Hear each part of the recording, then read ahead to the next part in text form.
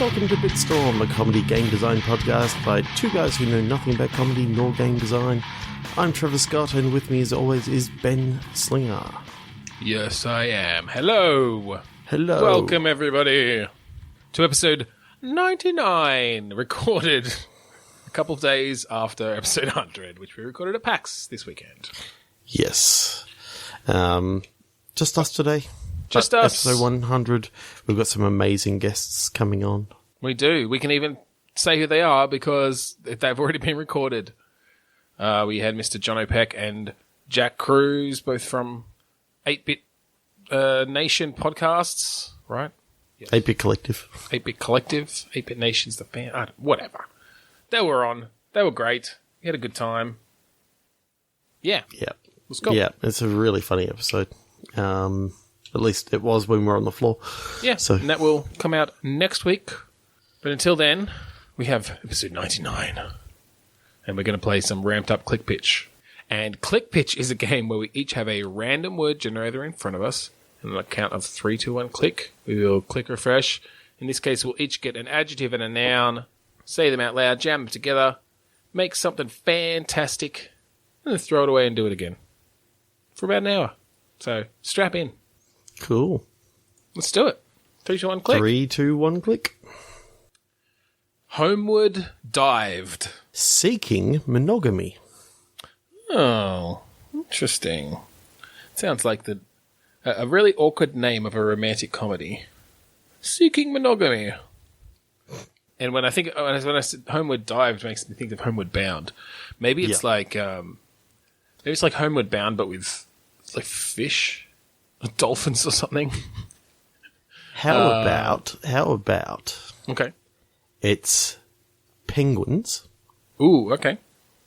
And basically maybe it's a sort of action adventure game in which you play a penguin that's gone on the 100-mile walk or whatever it is. Yep, the hunt for food and hunt for food.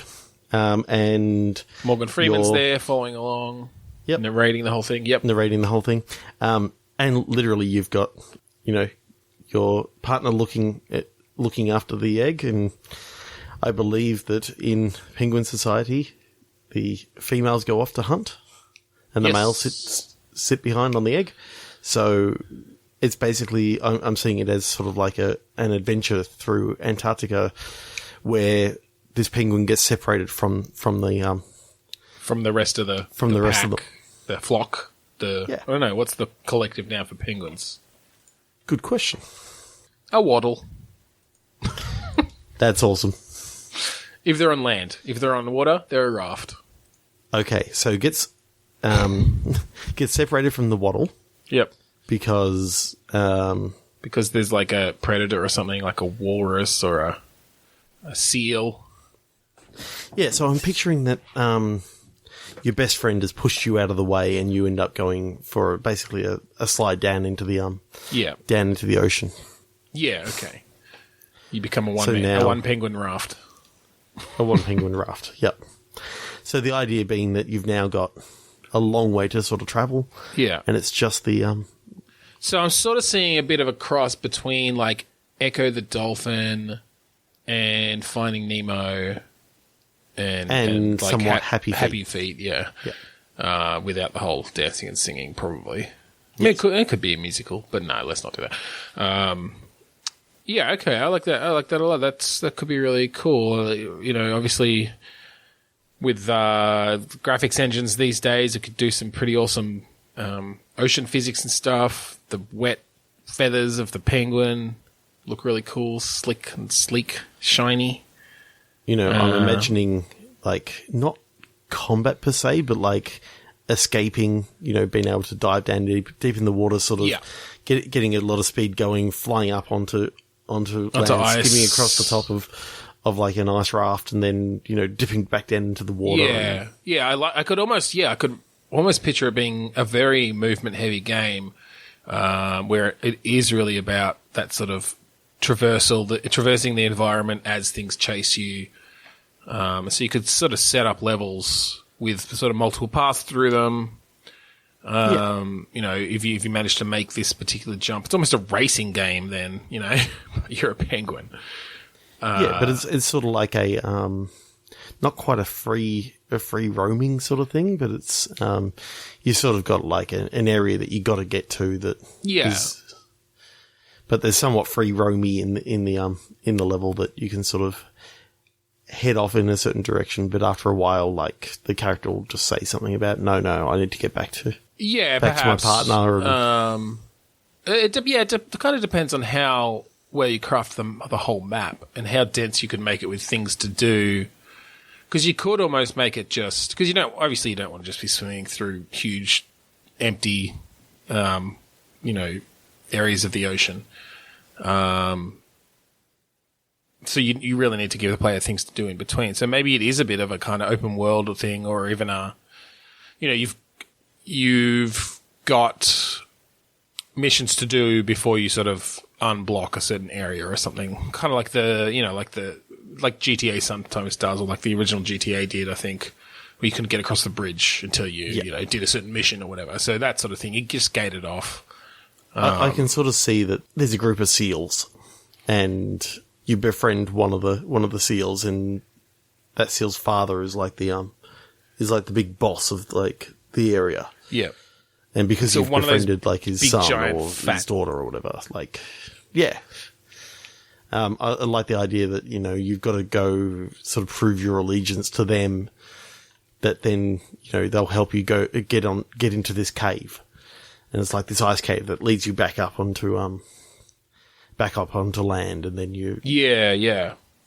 And that sort of makes your way through. And as part of that story, like an iceberg like breaks apart or something, which opens it back up for travel back later and that sort of thing. Yeah. And the idea being that, you know, you sort of lost your way. You don't have, like... I'm thinking that because you don't know where you actually are, you don't know which way it is to get back. Yeah. So that's what you're really trying to find out. Find some other animals around the area that can actually, you know, sort of say, yeah, I saw the waddle of penguins going this way, and you know, hopefully you lead it in the right direction. Yeah. But I'm seeing it as sort of like a Finding Nemo / something else. I like the idea of occasionally seeing it from the like the male's perspective, and like they're just waiting. Like you just get a scene of the man just the male penguin just waiting there with the egg and hungry, and just cold, talking shit with all his mates.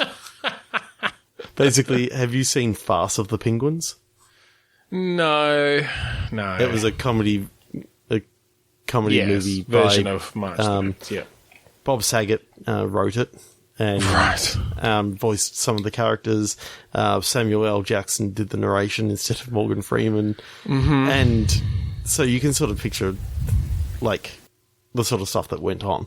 But they kept on going back to the males, and they were all just, you know, sort of chatting about their days, sort of being in the typical token female roles.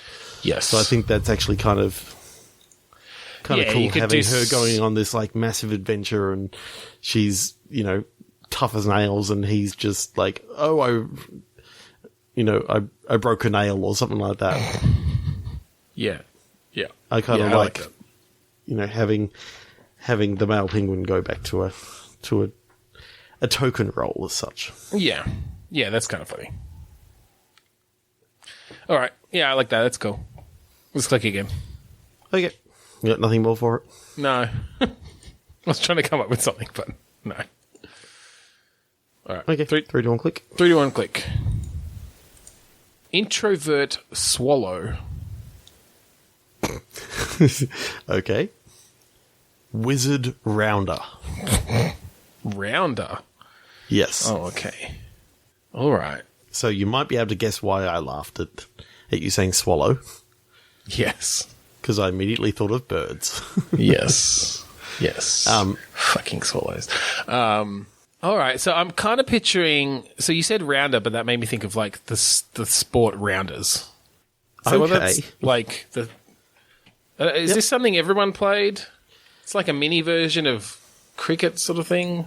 Is it? Well, Or like no, it's baseball? kind of weird. Like it's Baseball, kind of cricket? like a cross between cricket and baseball. Like there's a Yeah. tiny little bat, like about half the size of a cricket bat, and it's a bit more crickety rather than your typical. But you ran bases, didn't you? Yeah, you still ran bases. I know it was very big in the 80s and 90s in Australian Melbourne specifically. Yeah. In the outer eastern suburbs. Like I haven't thought of it in primary years. school. And thinking of it now, I'm like, why haven't I heard of it in years? Is that like literally our area that played it for some reason? Let's just make rounders generally school sports. Because basically my idea was an introverted wizard at school. Doesn't have to be Hogwarts. Maybe it's the Australian version of Hogwarts. Have we done that before? It's called Jizzwazzers. So Rounders is specifically like it's UK. Yeah, I did look it up. Okay. I don't think it's super important what it is. I think let's just use it to go to the idea of a nerdy kid at wizard school. Okay, so the type of school that I'm picturing it to be is not like a Hogwarts or anything like that. No. I'm seeing it as... Ooh, I kind of like it as this nerdy kid who's always picked last for Rounders. Okay. And he's only just found out that his parents are of a wizarding type. They've sort of given up their wizarding ways because they were sick to death of all the crap that goes along with. Yeah, well, let's move away from the Harry Potter world completely and just think of, in this world, wizards are... There's no huge underground wizard world. It's just, there's the real world and some people are wizards. And, they either learn it or they have it in their blood. It's sort of passed down in the family, and that's the only way that you sort of are able to learn. Yeah, so it can be taught and learned, but generally you'll have more of a talent for it if there's like a hereditary sort of bloodline or something. So I like it that it's this introverted kid who's sort of like always picked last at Rounders. He's sort of been going through some changes recently that yes, an allegory for like puberty and all that sort of stuff. And also actually literally puberty. Yeah. Yeah. I mean, that's the standard thing, right? The powers come in at puberty. Yeah, I just like the idea that this whole thing could actually just be a nice narrative story, sort of talking about the sort of hard times this kid is going through. And I like the idea that he plays Dungeons and Dragons. Like that he's obviously, in this world there is the whole narrative. There's the fictional wizards. Do you think he plays a spellcaster in D&D, or does he play a fighter just to like turn things around? Well, I'm wondering, do normal people know that magic exists in this world? No, I'm thinking no. I'm thinking this is kind of one of those situations where it's very much hidden underground. There's like a few families that it's sort of passed down in across the world, even. Because I'm wondering if it's sort of known by adults, but that's about it. So it's sort of like... Okay, did you have a reason for that? I'm just trying to like... I kind of like the idea of, there's like a lot of discrimination against wizards, so they're hiding their skill because of like this prejudice against the magical folk. I do kind of love the idea that you get to a certain age, find out Santa Claus is fake, but wizards are real.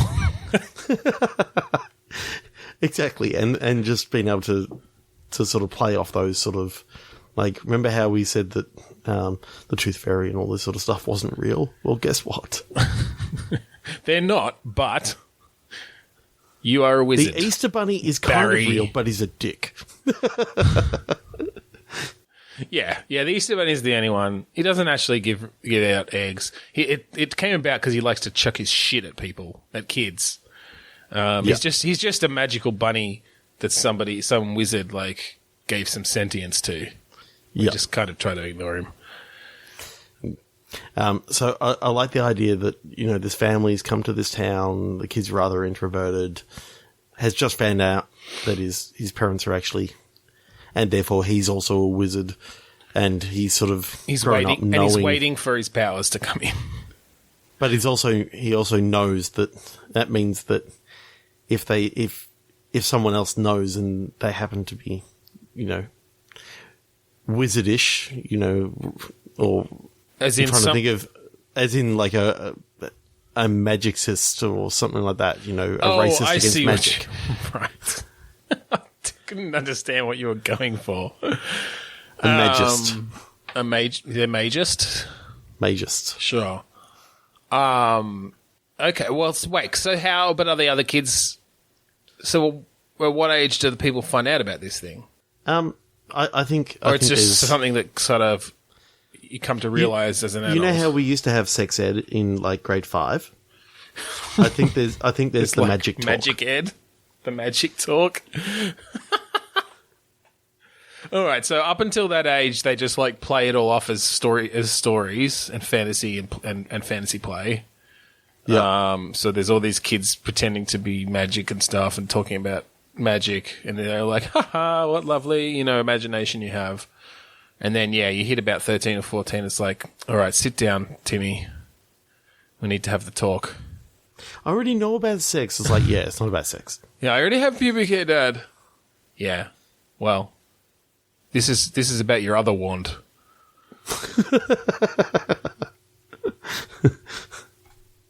That's just kind of wrong. But I like the idea of there being like a prejudice against, like there's sort of like the far right sort of thing course. that they don't everyone finds out about magic at a certain age, and it's something that almost like how sex is America is muggle known about again. but not talked about all the time. Yeah. I like the idea that, it's something that is true in the world, but it's never talked about, not in polite company or anything like that. And there's people who are totally against it. And well, I think it's probably very much like, sort of like the LGBT community in the past, where, it's not something that's obvious from the outside. But once you sort of, are able to make contacts with someone and realize, oh, you're a wizard too, then you can sort of relax and let your guard down a bit. So I'm sort of seeing this as like a bully-esque sort of game, in that you've got like at the school a few different friend groups that you can talk to, interact with, and you're going through, and like it's basically set over this week, and it's like I'm thinking 2 days before your like 10th birthday or something like that, whatever age you would have been in grade 5. Maybe the 11th birthday, because I like the idea that it's not that round number of 10, but it actually happens.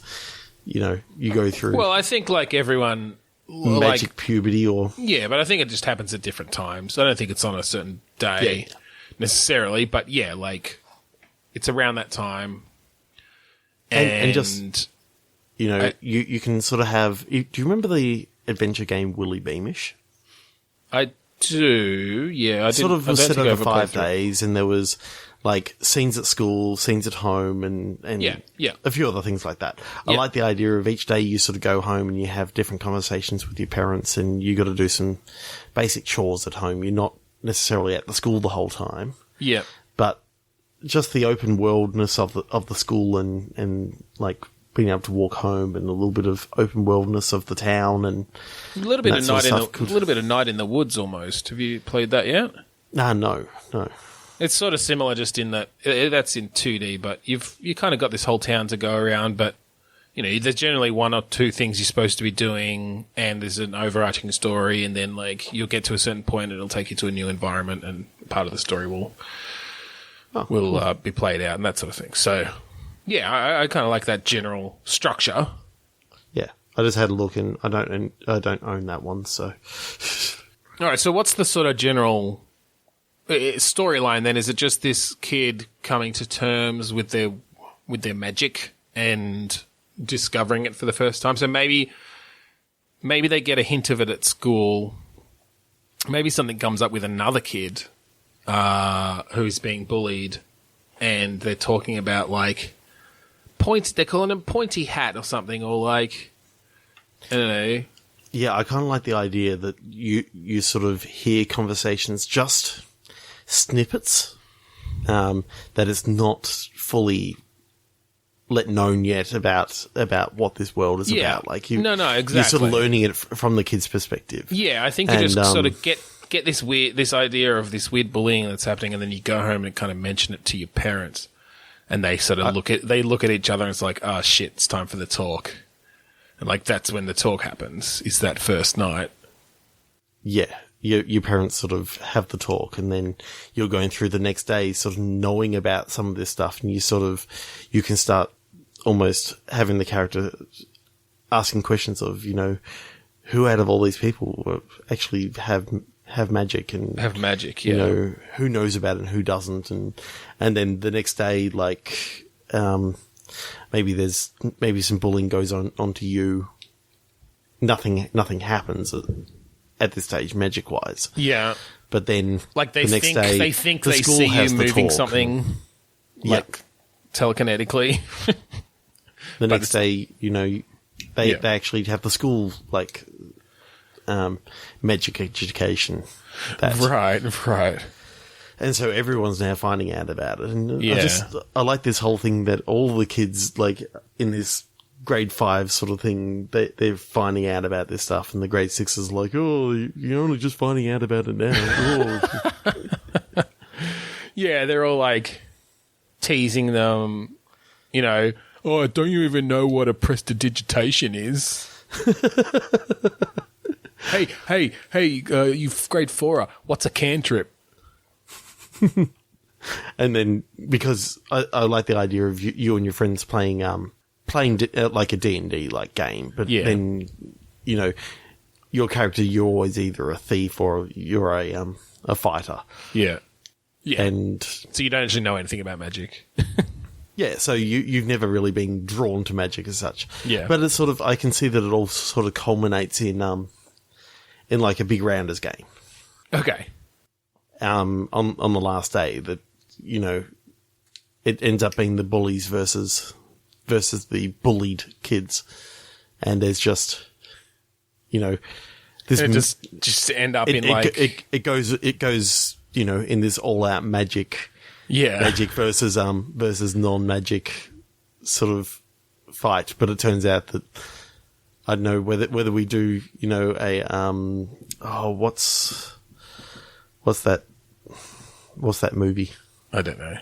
Are you going to say? Well, because what I was going to say, Bears or something like that, where the magic users actually still lose because the bullies are just. What I was going to say is that like one of the bullies, or maybe like the lead bully, reveals that their magic, like they've been teasing everyone else the whole time, but it's just that their magic came in late. And so they've been hiding it ever since, and that's why they've been bullying even harder, because they're basically a closeted wizard. But something happens during the game where they like instinctually they float up in the air and use catch magic this or something. ball that like there's no way that they could have got it. Yeah, and it's like the final play, and it's like it's all drawn up, and the wizards are going for like this massive shot. Yeah, and it's scripted that the big bully flies up into the air, catches it, and it's like, whoops. Everything just sort of hits, and then it's a good place to sort of end it. Yeah, I like that. Yeah, that's cool. Could be a fun little story. Yeah, didn't really talk about the gameplay and that sort of stuff. But I'm thinking third person, kind of like you said, kind of bully-esque, where you've just got vignettes that play out, and you have to. It's mostly conversation based, I'd say.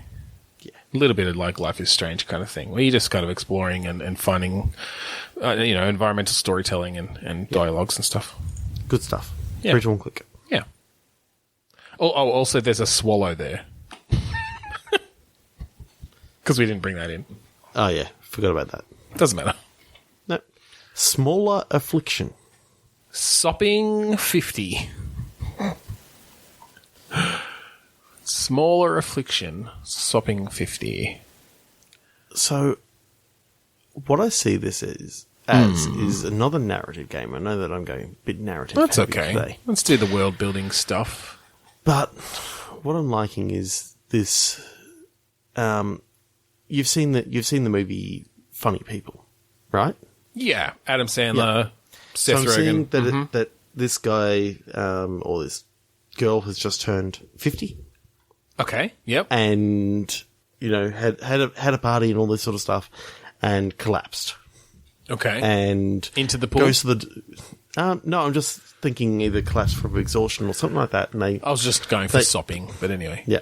Yep. Oh yeah, maybe it is collapsed into the pool, and they get an ambulance and they take you to the hospital, and Yep. basically they say that, look, you've actually got like a heart murmur or something like that. That Yep. means that if you get too stressed, you could like pass out or something that's not huge and life threatening, but just If it happened at the wrong time, it could be sort of. It could be very You need to be dangerous. really careful. Yeah. Yeah. Yeah. So I like the idea that it's like this smaller affliction that isn't super Right. It's not powerful, cancer. but It's not. You didn't have a heart attack. You didn't have a fucking brain tumor or aneurysm. It's just you got to be careful, dude, because if you're driving a car and this happens, you're fucked. If you're yeah. skiing, don't ski. Yeah. So I'm sort of seeing this as like a narrative game of how this one event at your 50th birthday party could actually change your life and sort of set you on a midlife crisis sort of thing. Interesting. And I'm thinking sort of almost kind of Secret Life of Walter Mitty-esque sort of adventures that you may actually go on. Just a bit of magical realism, like that sort of stuff. Yeah, you're kind of finding yourself again in a new way.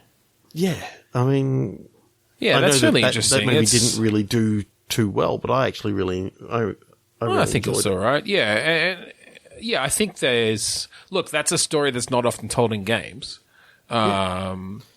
Whether it's basically it's a man almost or like a woman at that. Well, should probably be a woman because we've actually had a few men recently of older persuasion stories about them.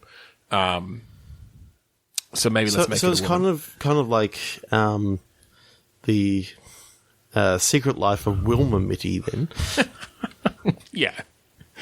Yeah, It's the same sort of thing. So what I'm curious about then is how can we make the most out of this being a game, right? Like, we could just go standard kind of... Like, because my mind for a while there was going to almost... Home? No, it was actually going to like a heavy rain sort of thing. Oh, yeah. Because that really got across sort of that certain monotony of home life, which I feel like, particularly at the beginning, like after this has all happened... she feels a bit stuck. She's in her house and she's sort of afraid to go outside for a while. You know what I would almost like? That the way that it opens up is sort of like whether it's QuickTime events or whether it's something else in the home life is sort of kind of exciting and there's like bright colours sort of happening. But then after this happens, like the next time that you start doing this, like everything's sort of a bit slower and kind of dull. Yeah, well, maybe there's a bit of like, after this happens, she goes into this manic kind of state almost, not entirely manic, but just like she's going to get her life together and she, cleans the whole house and she's going, exercising every day. And everything does feel bright and positive, but just like basically depression starts setting in, right? Because she can't actually keep that up.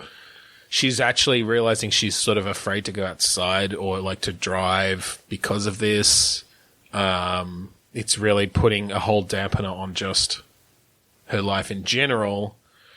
and she's not reaching out to friends anymore and that sort of thing. So, yeah, you could do that through the game where, you know, maybe you do play sort of a series of days at the beginning, and I think fairly short. Yeah.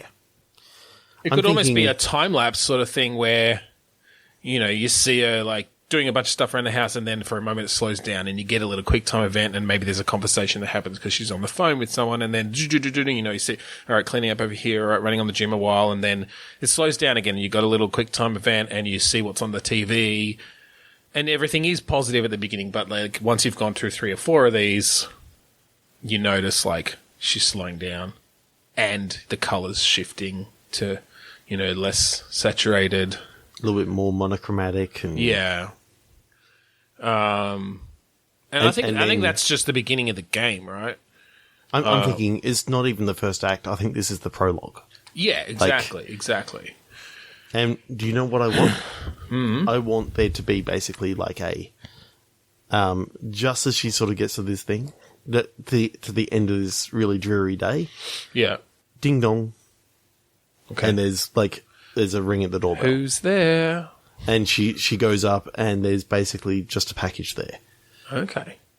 Or it's a letter or something like that. And basically it's tickets that, like, the mailman's dropped off some stuff, hit the doorbell, and it's tickets, airline tickets to basically go on a trip. All right. Saying that, you know, she's won some sweepstakes or something like that. Okay. And it's a mystery flight or something like that. And I'm thinking that... And she doesn't remember entering the sweepstakes. No. I kind of like the idea of like a guardian angel kind of character coming in. And it's sort of like a... I don't know. It's almost... Yeah, I like the idea of it being almost a touch by an angel or some sort of thing to get her out amusingly enough, and I don't know if this is just because we mentioned Adam Sandler before, but it went to Christopher Walken's character in Click, where he's like, he makes the remote and kind of gives sage advice, sort of. So I almost see it as sort of like, not necessarily, you know, eat, pray, love as such, but it's that sort of soul-searching adventure that... Yeah, look, sort of I gets think to go it's I think it's something that opens her eyes up to, you know, what, you know, she's feeling old, right? She's feeling like her life's done, and she's got this affliction that affects her life in you know, a relatively minor way overall, but it's having this huge effect. And so, across the course of the story, she sort of realizes that there's a lot left in life for her. Yeah, and so the sort of stuff that I'm thinking that she gets to sort of experience is like, you know, maybe seeing some of the countries in Europe and sort of. Yeah, look, I think I think you could do some interesting, like, there's definitely this sort of common tropes of traveling and Europe and stuff. I think it'd also be interesting if she sort of, I don't know, dug in and started getting involved with, like, the underprivileged or with, like, politics or something. I don't know, like, realizing that the world is more than... So sort of coming out of her, you know, she realizes she's actually been... Well, and just out of her bubble where she's sort of been somewhat self-centered, as, you know, every privileged middle-class person is, and using this as an opportunity to kind of... to break free of that a bit too, and be a bit more self-sacrificing. Now I'm trying to think of, you know, can this go to something somewhat magical, sort of hyper-reality? When you said the tickets showed up, my first thought was, how do we make it that she sent these tickets back in time to herself? I don't know if that's actually the way we want to go, but that was where my mind went. Yeah, I do kind of like the idea of there's this ambiguous magic, right? It's this sort of, wait, did that person say something that, you know, implies that they sent the tickets originally because they knew I needed, a kick off my butt, sort of thing? I know what I want now. Okay. So instead of like going out and finding tickets, well, maybe it's a letter saying, you know, go to this place at this time. Okay. And when she gets there, like she's maybe there are some airplane tickets or something like that, and she ends up in like the middle of like an adventure. Yeah. Sort of just before she knows it, she's in the middle of this. She's like, a character comes up and says, basically grabs her by the hand and says, come on, you need to come with me. Okay. And you get through the first act.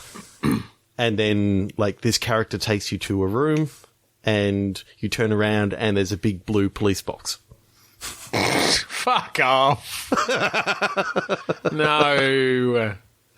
It's now a Doctor Who adventure. No. Veto.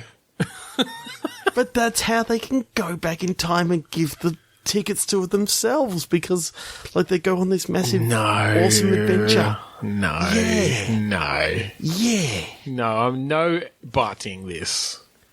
I'm vetoing your veto, and it's now a Doctor Who adventure, and you can't do anything about it.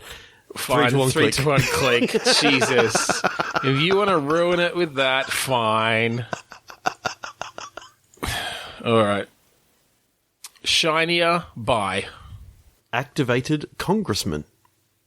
Ooh. That's got a very Manchurian Candidate feel to it.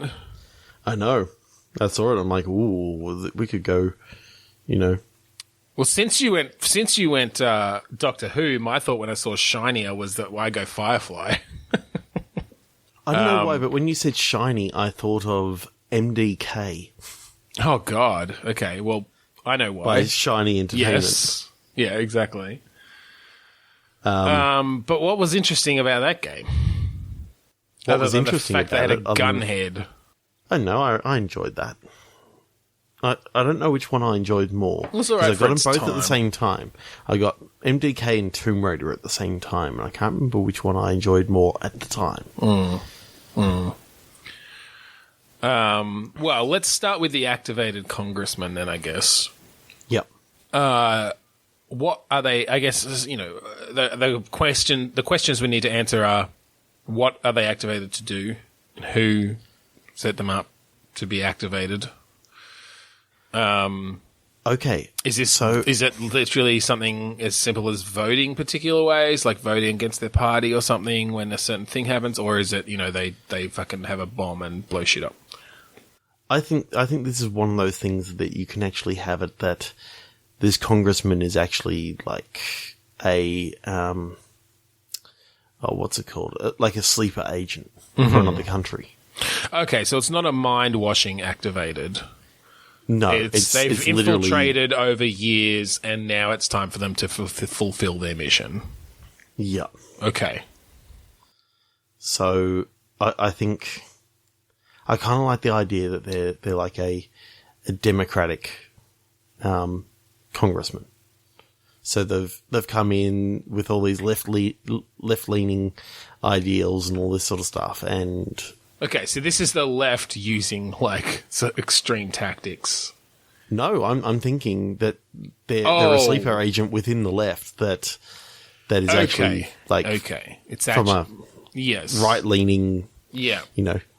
All right, from some sort of. So is it from the opposition party? Is it from a different party within this country, or is it from a different nation country I completely? Think. Okay. I think this is one of those things where you can just have like an unnamed country. Yeah, some fascist country somewhere. Now, when obviously they're not showing that they're fully, you know, like going against the grain. Everything that they do outwardly looks good because you know they're voting on the right things and right measures and all this sort of stuff. But there's just some other stuff that they're doing to sort of subvert some of the democratic policies that it's starting to. Some people are starting to get suspicious. Perhaps. Yeah, and you may be working Maybe there's as an undercover agent. Or Well, something no, like that.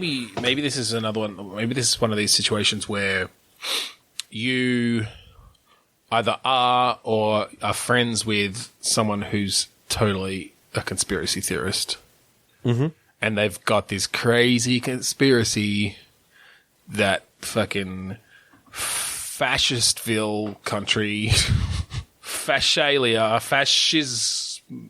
fascismagoria, I don't know, that this country is infiltrated the Democrats and they're subverting the whole system, and this is why the Democrats can't do anything right these days, and, you know, amongst other things. But this one turns out to be true. And somehow they start gathering evidence for it that is incontrovertible, and they convince you to. Yeah, I'm seeing that, you know, the sort of stuff this congressman is actually, you know, voting for looks great on the surface, you know. Voted yes for legalizing weed and all this sort of stuff, and voted. Oh yeah, I think they vote all the right ways. It's more about, you know, and look, this is actually incredibly relevant with the whole fucking Trump government, but it's maybe about not fighting hard enough. It's like sort of convincing the party to be civil, you know, the whole thing around, well, we've got to do things the right way, or we can't do that. Like, you know, meanwhile, this fucking basically fascist government is just trampling all over them. And that's part of the plan. That's part of the mission. What I'm liking about your idea is, and I'm going to hijack it a little bit. Sure. I'm seeing that your conspiracy nut of a friend, he's been like looking at all the times that this guy moves his hands, and all the times that what words this guy is blinking on, and he's starting to put all these codes together as to, you know. Yep. He keeps on blinking on all these different letters and vowels, and he moves his hands in certain ways and tenses his hands here. And I love the idea that the main character who you play, let's make her a woman just to, again, mix things up if the conspiracy theory nut is a guy. So she's like, but Jam, you said the same thing about Oscar the Grouch on Sesame Street this morning, and you look, here's your sheet of paper with all the blinks noted out, where you think that the secret code is that Big Bird has a bomb. And Snuffleupagus is not real. Going back to the old story, which is just insane. Like, look, he's right there. They can all see him. They couldn't for a long time, but that was disproven back in the 80s. Exactly. Because, you know, that was the original. Oh, I know. Story. And Jam's just like, no, that was all a cover up. It doesn't exist. They put chemicals in the chemtrails. The Muppets for there's chemicals in Hooper's store. Yeah. Look, if you mix up the word Hooper, you get Oprah, and that means that's a misspelling of Oprah, and Oprah's involved because she gave all those people cars, and they all had chemicals in their gas tanks that those people come from all over the country to see Oprah. And so they went back to their houses with their chemical cars, and that's how we all got brainwashed. I was like, sure. But then I like the idea that this guy goes missing. Yeah. Like, yeah, okay. He puts something up on YouTube and this guy goes missing. Yeah. And I think basically he's like, that it just happens that, yeah, part of this whole infiltration is they do have a blink code, and he's figured it out, and he predicted some attack or some sort of vote that was going to happen, and he predicted it based on the blinks and the hand movements. And so now you're convinced. Now she's convinced. The main character is like, oh shit, Jam was right. So it goes through all this. That's a hashtag, by the way. Story and all this sort of stuff, and the final scene is Big Bird actually has a bomb.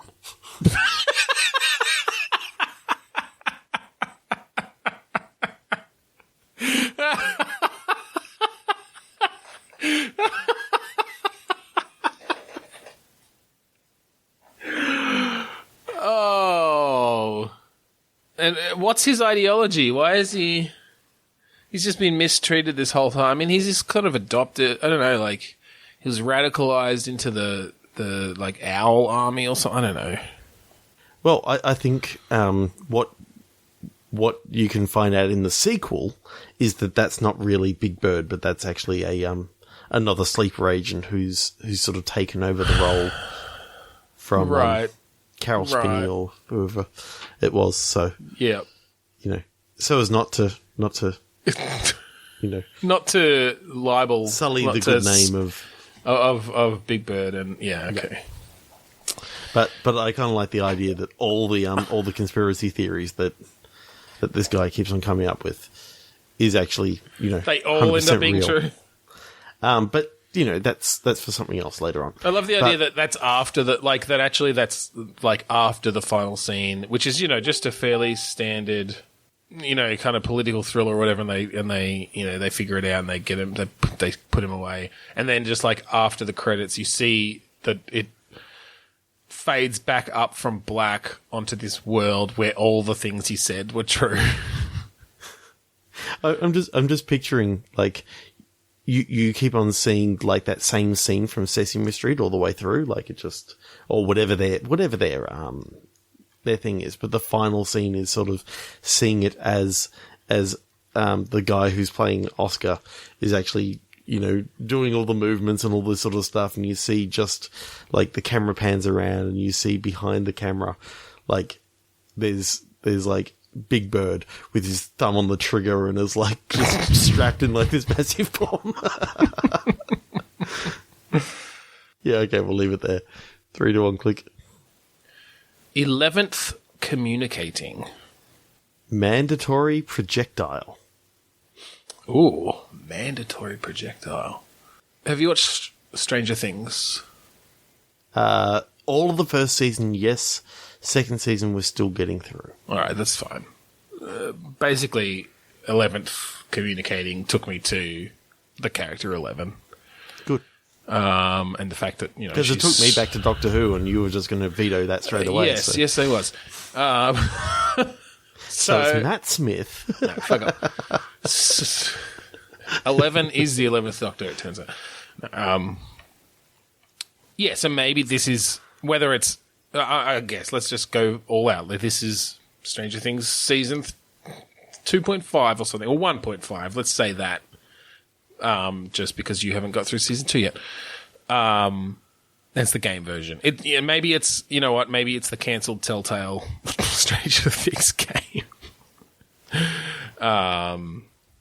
No, I don't know. So what was yours? Mandatory projectile. All right, so maybe this is like a sub-story of Stranger Things revolving around a time loop where someone gets shot. Okay. And each loop, they're like trying to find a way to stop this bullet.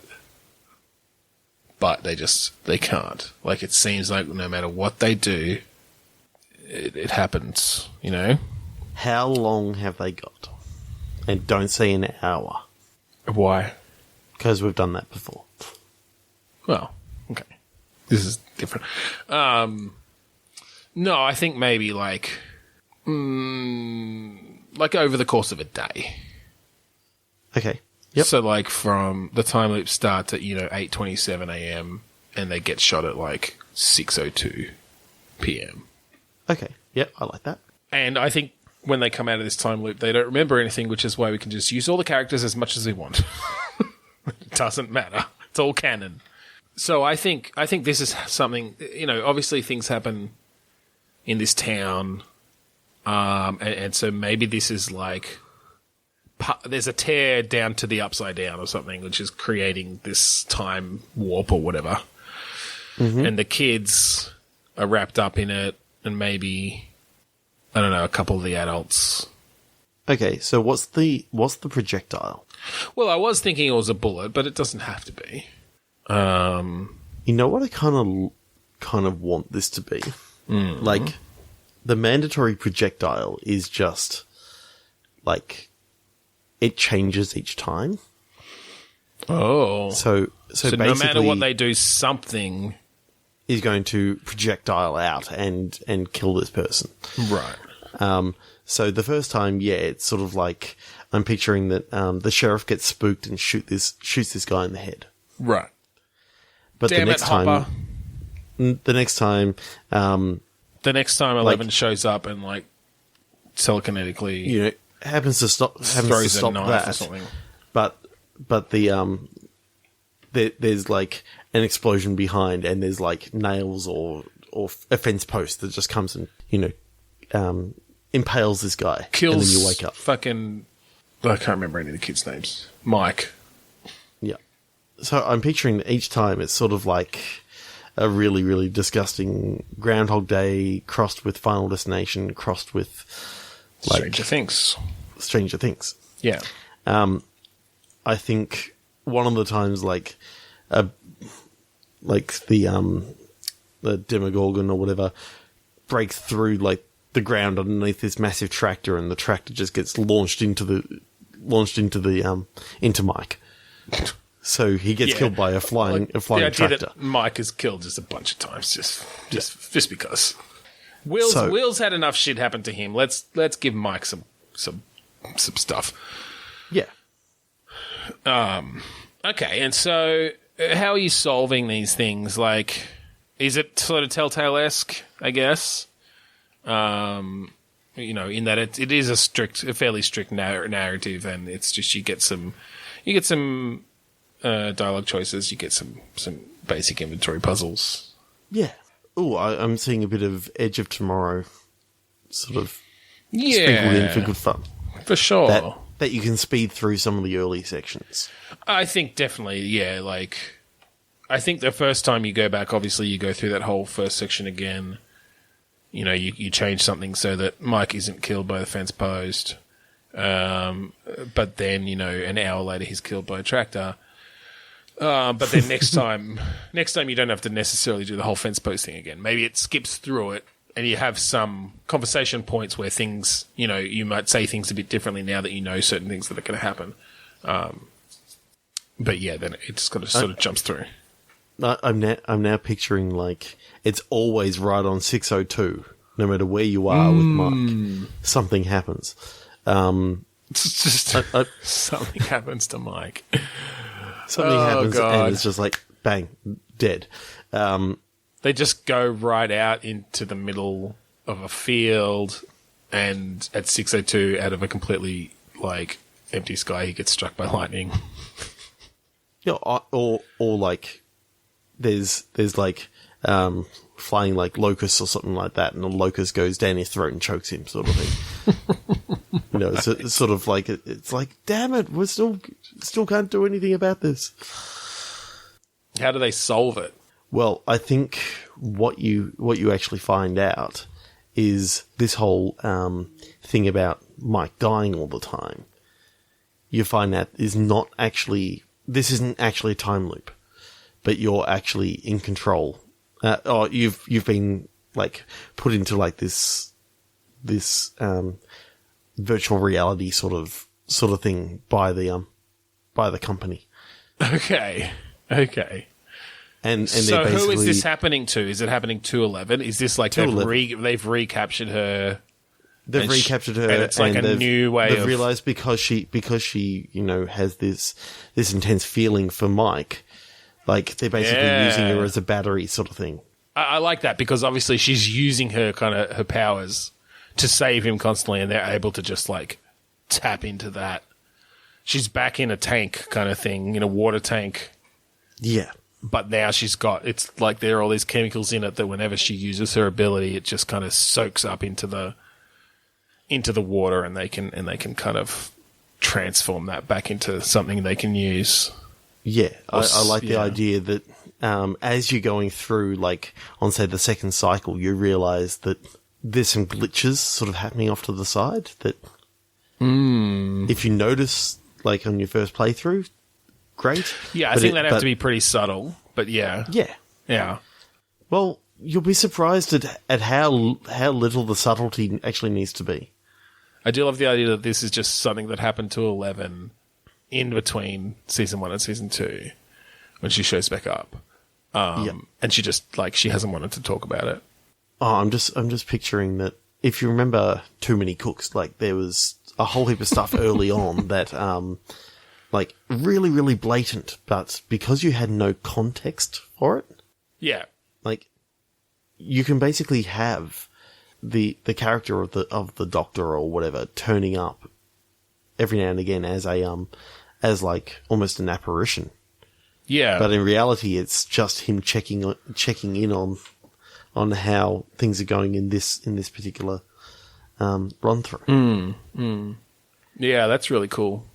I like that a lot. That's awesome. I reckon we go one more. All right, one more. Let's see how we go. 3, 2, and click. Radiate oxygen.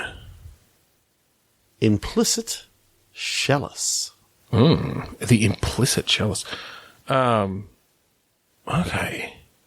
So implicit chalice makes me think of an optical illusion. Do you know there's illusions where it's two faces? Yep. But then if you look at the negative space, it's like a chalice. Now, what we can do with that and radiate oxygen, I don't know. Okay. So, right, I'm sort of getting the idea of this alternate world in which there's this new world order as such that have sort of taken over the politics of the world, and they're sort of they're represented by that sort of optical illusion of the chalice and the two faces. In that the majority of people just see the chalice as part of it. Right. But you as a character see the two-facedness of it. Interesting. And that, maybe in this thing, I kind of like in these political thriller ideals of you're the only one who seems to be able to see this, but it turns out that you've got something in your blood that you don't react to the radiation that they've put into the oxygen. Right. And there's only 0.01% of the population who are not susceptible to this particular isotope. Isotope, or that basically sort of removes free will or something like that. All right. And so are we, because this has been a very, very narrative heavy game, episode. Are we going down that path again? What are you thinking? Okay, so I'm trying to think how we could do this as not a narrative game, but an action adventure. I mean, well, but I was sort of trying to think whether there's a way we could do it a bit more systems based. Okay. And look, that's not easy. But just taking that general idea of maybe you're the people in control, and there are ways that you have to kind of counter these people who see through you or something. So yeah, I don't is know, it sort of like an Orwell sort of game? Could be. In that, but the story is that, you're being fed this story that there's this terrorist organization who are going up against the government and trying to cause all sorts of trouble and talking about how the government's two-faced and all this sort of stuff, and as you go through you can start unraveling some of the stuff. Yeah. Now, the sort of stuff that you're going through a la Orwell is newspaper clippings and phone calls and text messages and that sort of stuff. But I'm trying to think of it more like a cross between Hacknet and like there's actually more than just, oh, look, you've now unlocked this because of this. You have to actually do something to physically find it. Yeah, well, I like the idea because I was kind of thinking of, you know, in Papers, Please, when you had to find the discrepancies. Yep. And you literally had to, like, click here, click there, and it'd say discrepancy found or not found. A bit more of that, where it has to be a very definite kind of deduction. Yep. Across all these different documents and phone calls and whatever. And so you really have to make the links. And sometimes maybe you have to make multiple links, you know, to really make a point of you know, you have evidence for this particular thing. Or if you link these two things, it opens up a new path of investigation. But I like the idea of it that you can actually make the wrong deductions and go down the wrong path. And, you know, it's basically... That'd be a real writing challenge, but that'd be really cool if you could, like, you get it wrong, and now you're still able to sort of find stuff to somewhat support your position, but it's flimsier. But I also like the idea that falls apart, you know. You can maybe go, okay, well, then you go back and you actually can change your... It's not one of these things that you have to limit your deductions. You can actually change it as you I think maybe find new evidence. It's almost like you're putting together a puzzle, but some of the puzzles will fit in multiple places. Yeah, some of the puzzle pieces fit in multiple places. Yeah, some of the pieces. That could be really cool. But, you know, the puzzle pieces are obviously just like the links between them and how they link together. Yeah, I like that.